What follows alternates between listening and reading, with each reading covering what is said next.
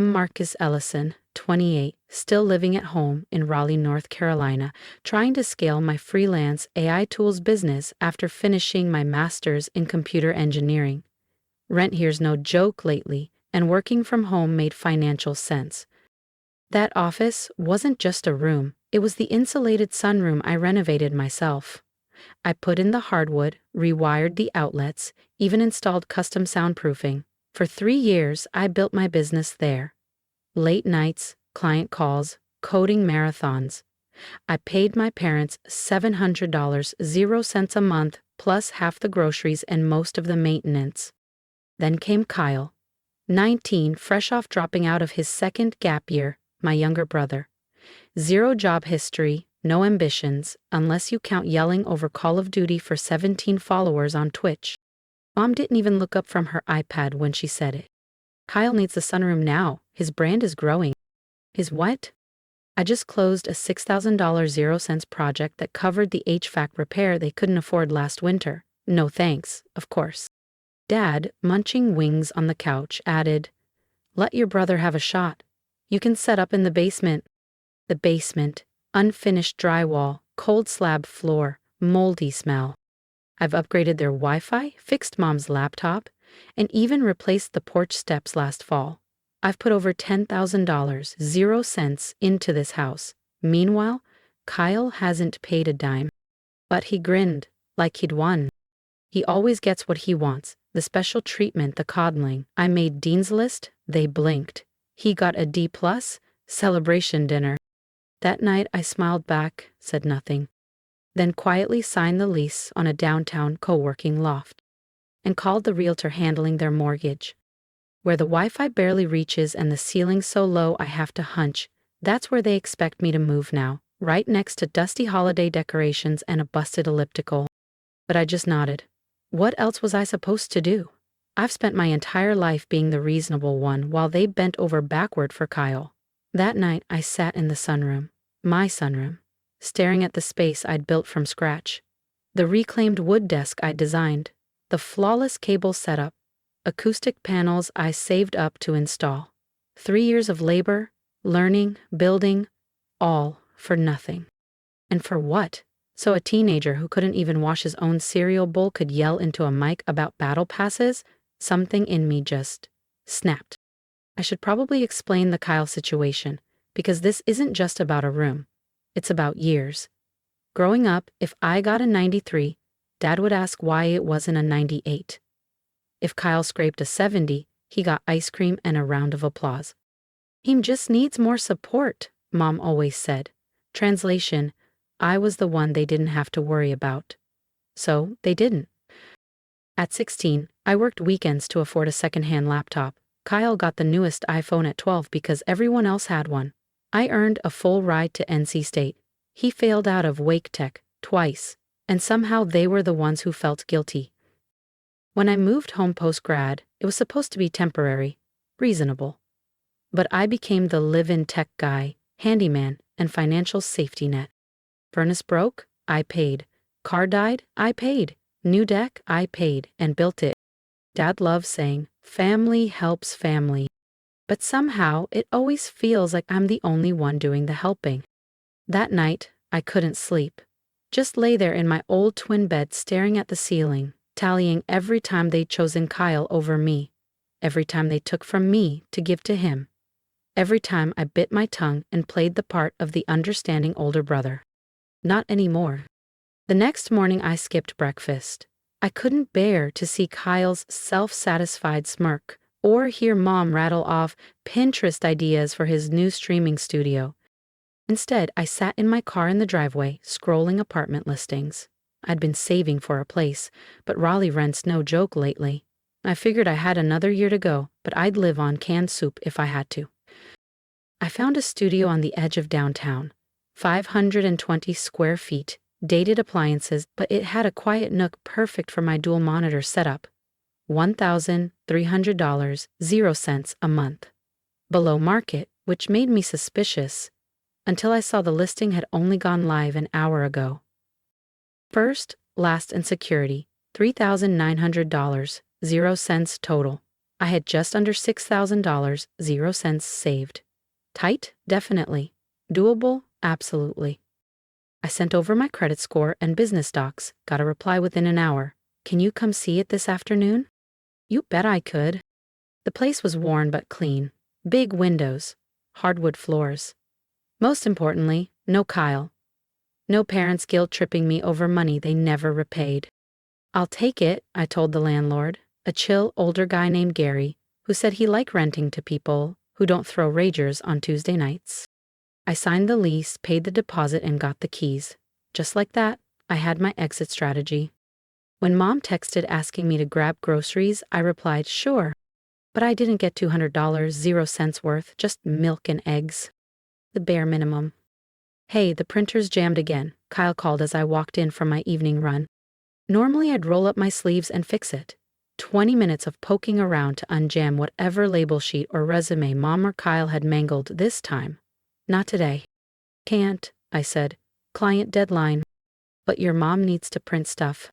Bills to pay, I cut him off, brushing past on the way to my sunroom, his soon-to-be studio, apparently. I started casually sorting my equipment, not quite packing, not yet, just taking inventory. That night, the printer stayed jammed. Mom drove across town to a print shop. Dad muttered about people not stepping up. I sipped tea at my desk, wireless headphones on, working quietly, with a small, satisfied smile on my face. The next morning, Kyle cornered me in the kitchen. Hey, can you drive me to Brandon's? My car's making that sound again. His car, my old Honda. I fixed it up and sold it to him for half what it was worth. He hadn't maintained it once. Take the bus, I said without looking up. It's like 5 miles. Sounds like a you problem. 10 minutes later, Mom came in with that look. Marcus, it's just a quick ride. I've got work. You're drinking coffee. On my break, from the work that pays my bills, and apparently, everyone else's too. She blinked, stunned. She wasn't used to hearing no from me. By day 3 of Operation Take Back My Life, things were slipping. The lawn hadn't been mowed, dishes piled up, Wi-Fi was dropping. Thursday night, Dad knocked. Lawn's out of control. I glanced up. You gonna mow it? Nope. A pause. Something wrong, Marcus? You seem off. 3 years of being their handyman, tech guy, and bailout fund, and now he notices? Just busy with work, I said flatly. Well, we're family. We all need to pitch in, Dad said, standing awkwardly in my doorway. I looked up, let the silence hang, then repeated it back to him. We all need to pitch in. When was the last time Kyle pitched in for anything? When had Dad fixed something himself, instead of waiting for me to handle it? Sure, I said. I'll add it to the list. I didn't mention what list, but I was definitely keeping. The next morning, I woke to raised voices downstairs. I peeked over the stair railing just in time to catch the argument in full swing. Why do I have to mow? Kyle was whining. Your brother's busy, Dad snapped. Just do it this once. But I've got a stream scheduled. My followers are expecting me, all 38 of them, I thought. Then reschedule it. Jesus, Kyle. It's just lawn care. It felt like watching a fragile ecosystem collapse. Host organism refusing to feed the parasite. I slipped back into my room and packed another box. I'd been relocating my essentials to the studio apartment, bit by bit, slow, quiet, strategic. But the real gut punch came later that afternoon. I was finishing a client meeting when Dad knocked. Hey, quick thing, he said, not meeting my eyes. I sold your workbench. Guys picking it up tomorrow, got $300, 0 cents. My workbench, the one I hand-built for perfect ergonomics, dual monitors, cable slots. You sold my property without asking? Well, Ethan needs a streaming desk, and, since you're moving to the basement, you just decided it was yours to sell? I figured you'd be okay. It's for Kyle's career. I didn't yell. I just said, keep the money, consider it another donation to the bank of Kyle. As soon as he left, I booked the U-Haul for Saturday. By Friday night, 70% of my belongings were gone. Tech documents, clothes. On the surface, room looked untouched. But underneath, the family balance was unraveling. Fast. If you've ever been the one holding everything together while everyone else takes you for granted, you won't want to miss what happens next. Subscribe to the channel so you're the first to see how Marcus's quiet exit shakes the entire household. You won't believe who shows up next. Kyle had half mowed the yard, patches missed, edges jagged like a bad haircut. The printer still jammed. Dad tried to fix it and made it worse. Mom was getting increasingly irritable, snapping over unwashed dishes and dusty counters. I drifted through it all like a ghost. I made my own meals, cleaned only what I used. When the Wi-Fi cut out for the third time that week and Mom yelled, "Marcus, the double Wi-Fi's acting up again," I called back, "Try unplugging it." Small victories. Friday night, Dad stopped me near the kitchen. "Look, about your workbench. If it means that much, I'll call the guy back." Too little, far too late. "Don't bother," I said. "Kyle's already hyped about his new studio." Dad forced a smile. "Maybe you could help him set it up this weekend? Make it a brother thing?" Almost laughed. "A brother thing? After they took my workspace, sold my custom desk, and treated me like the household help for 3 years?" "I've got plans," I replied, walking past him. "What plans?" "My plans." He followed me upstairs. "Marcus, what's going on with you? Your mother's worried." "Your mother, not I'm worried." Classic. "Nothing's going on," I said. "I'm just setting boundaries." "Boundaries? We're family." There it was. The magic word. The all-access pass to take whatever they wanted from me. "Yes, we are family," I said.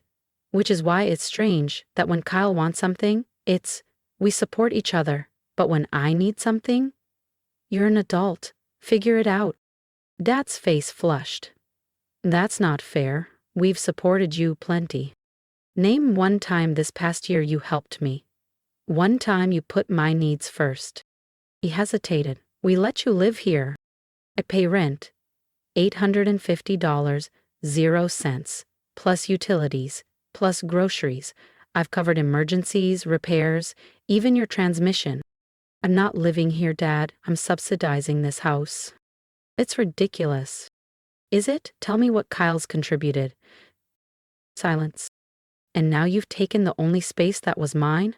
Sold my workbench? So tell me again, how is this a two-way street?" Dad's face cycled through the usual. Frustration, defensiveness, and then something that looked like guilt. "We didn't think," he started. "No," I cut in. "You didn't?" I turned back to my closet and started pulling out the last of my clothes. No more hiding it. "What are you doing?" he asked, his voice suddenly unsure. "Not okay." "For what?" I met his eyes. "I'm moving out tomorrow." The look on his face was almost laughable if it hadn't been so sad. "Moving out? Where? Why didn't you tell us?" "Signed a lease last week," I said, "telling you now." "What? The basement?"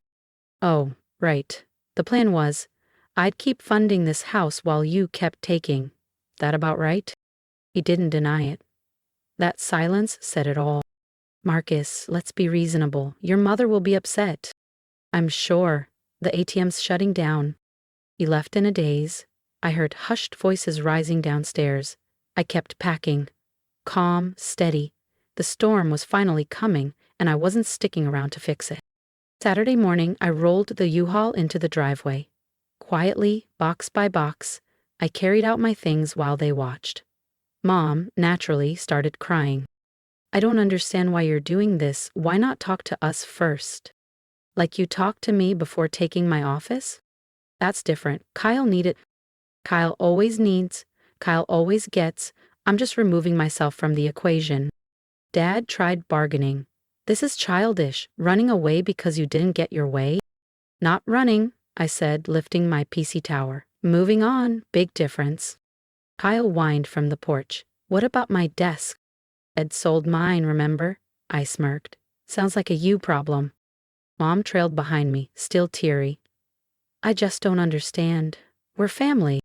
I stopped, set the box down, and looked her dead in the eye. "Let me make it crystal clear."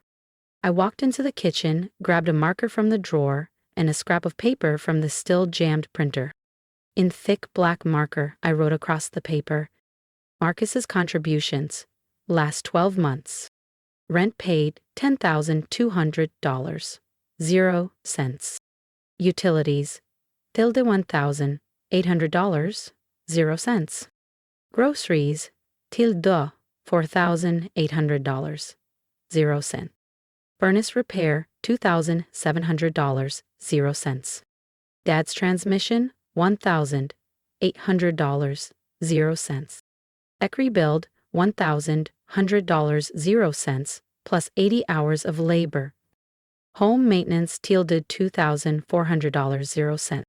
Tech support, countless hours. Total, $24,800, 0 cents plus.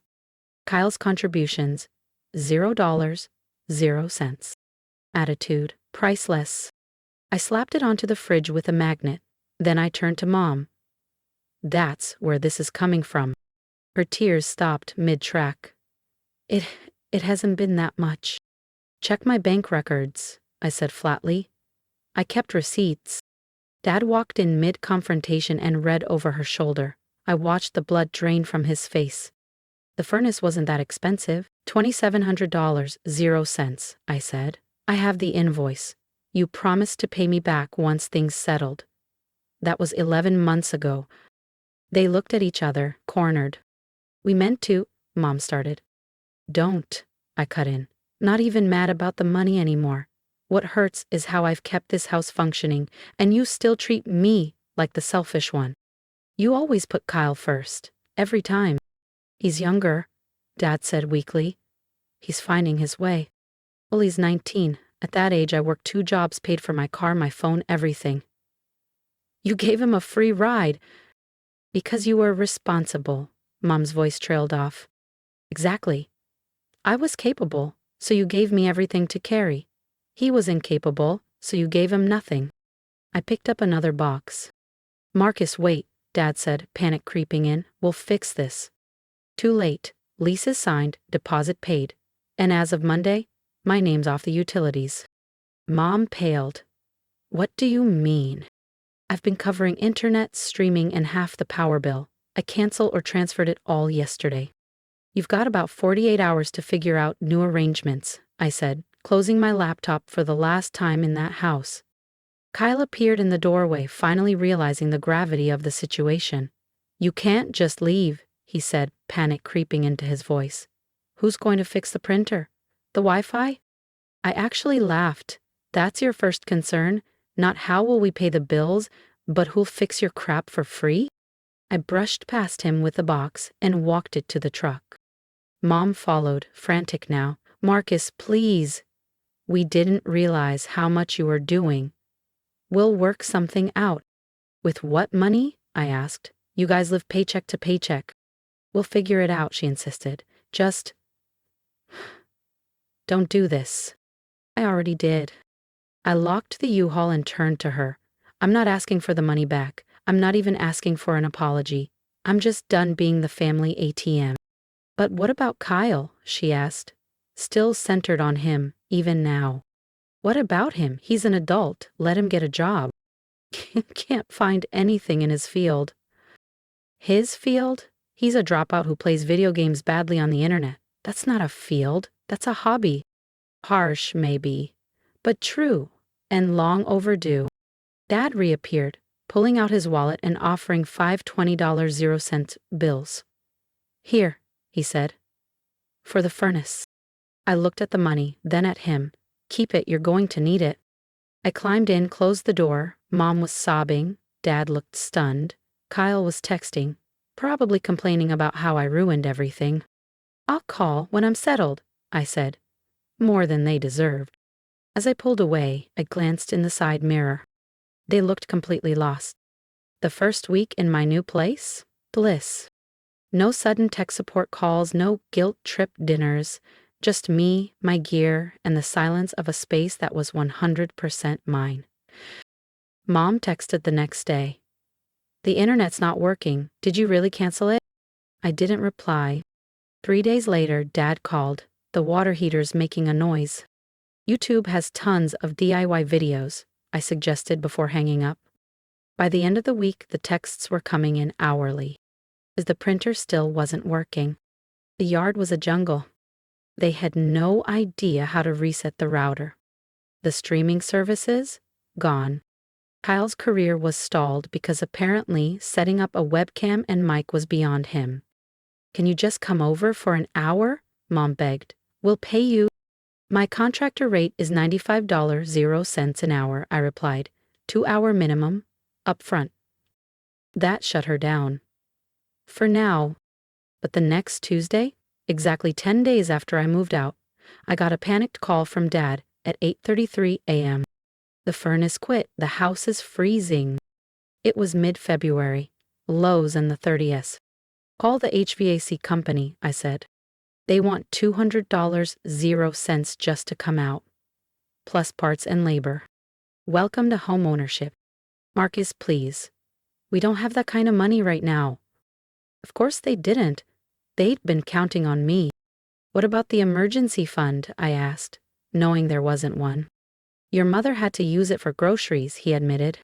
Translation: they'd been living over budget for years, relying on me to quietly fill the gaps. "That sounds serious," I said, barely hiding the satisfaction. "Maybe Kyle can chip in from his streaming income." Dead silence. It's not really bringing in money yet," Dad mumbled. "Shocking." I sighed. "Text me the furnace error code." He did. I looked it up. Igniter failure. A $95.00 part plus labor. Not DIY friendly. "You've got 2 options," I told him. "Pay HVAC, or risk frying your control board and turning this into a $600.00 job. Can't you just come check it?" "I've got a deadline," I said, truthfully. "But tell you what, bring Kyle by tonight. I'll walk you through the part order and show you some tutorial videos." A long pause. Then, "What time?" 7 p.m. "And Dad, bring Kyle." If you've ever stepped back just to see who would step up in your place, hit subscribe. The next part of Marcus's story proves that sometimes the best way to teach value is absence. He should learn this stuff if he's going to keep living there, I told myself, before opening the door. That night, they showed up at my place. Dad looking awkward, Kyle even worse. First time they'd seen the new studio. Tidy, quiet, mine. "It's nice," Dad offered, eyes landing on my new desk, one I'd refinished myself after finding it on Craigslist. The old one? Sold without permission. Still not forgiven. "Thanks," I said flatly. No invitation to sit. "Let's talk furnace." I pulled up the manual for their unit, showed them the exact part, where to buy it, and how to install it. Dad squinted at the screen. "I don't think I can do this." "I definitely can't," Kyle chimed in, not even pretending to care. "Then call HVAC." "Marcus, come on," Dad pleaded. "We really don't have the money. Couldn't you just—" "No." I looked him dead in the eye. "And if you say because we're family, I'm closing the door." He stopped. "Thought better of it." I exhaled. "Look, I'll fix it this one time, but after that we're having a serious talk. Full transparency, finances, responsibilities." Kyle starts pulling weight. Dad nodded quickly. "Absolutely." Kyle frowned. "What do you mean contribute?"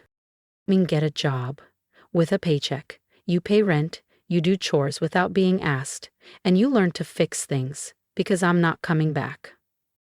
"But streaming is a hobby, Kyle, not a career, not yet anyway. You can stream after work, like everyone else." He looked ready to argue until Dad gave him the look. He backed down. "Fine." The next day, I fixed the furnace in under an hour. Then I called the first official family meeting.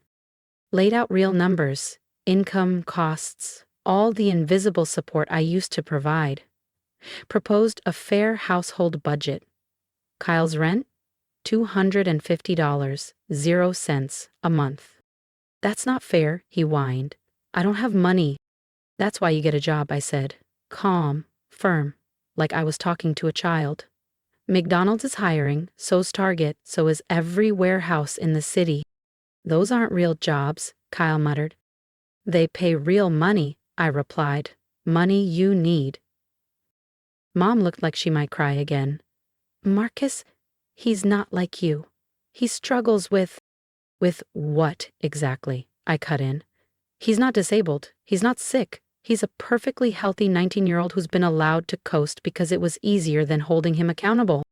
To my surprise, Dad backed me up. Your brother's right, Kyle. Things need to change. The look on Kyle's face? Absolutely priceless. Total betrayal. Dad had never taken anyone's side but his. This is bullshit, Kyle snapped, rising from the table. I'm not getting some lame-ass job just because Marcus decided to be a jerk about money. Yes, you are, Dad said, voice steady, firmer than I'd heard in years. Or you're finding somewhere else to live. Holy shit, actual parenting. Kyle stormed off, door slam echoing like a cartoon. He'll calm down, Mom said weakly. And if he doesn't? I asked. Dad exhaled. Then he figures it out. We can't live like this anymore. For the first time, I believed him. What about you two? I pressed. I meant what I said. All cards on the table. I'm done carrying the weight. They exchanged a look, then both nodded. We'll figure it out, Dad said. Get on a budget, pick up extra shifts if we have to. Good, I said, standing. I'll check in next week. As I reached the door, Mom called after me. Will you come for dinner sometimes? Not to fix things, just to visit? I paused. Maybe, once the house is in order, literally and figuratively. 3 weeks later, Kyle was working in a warehouse. Entry level, decent pay.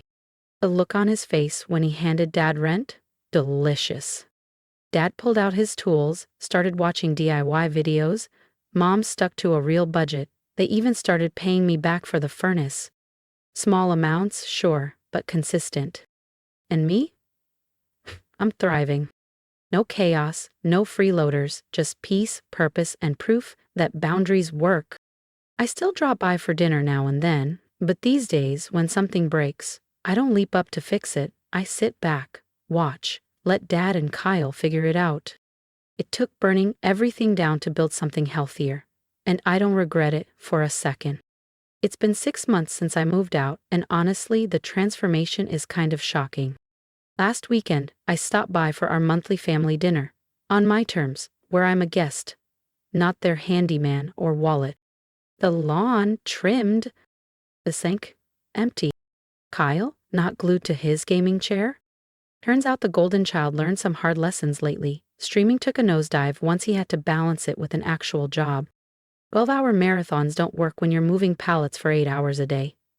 He complained nonstop, Mom said. But something shifted. Got promoted to shift lead last week, Dad told me over pot roast. Youngest one they've ever had. Kyle looked sheepish at the praise. Not a big deal. More responsibility, same garbage pay. Welcome to adulthood, I said, without the edge I once had. Then came the real surprise. Mid-meal, the dishwasher made a weird grinding sound. Dad winced, then looked at Kyle, not me. Check the filter tomorrow, probably something caught in it. Kyle just nodded, like this was normal. Like it had been normal. He's gotten pretty handy, Mom added, catching my surprise. After you left and the toilet broke a third time, he took initiative. YouTube tutorials. Same ones you used, Kyle shrugged. I almost fell off my chair. Later, Dad walked me to my car, handed me an envelope, $500, 0 cents in cash. It's not everything, he said, but we're putting money aside, real payments.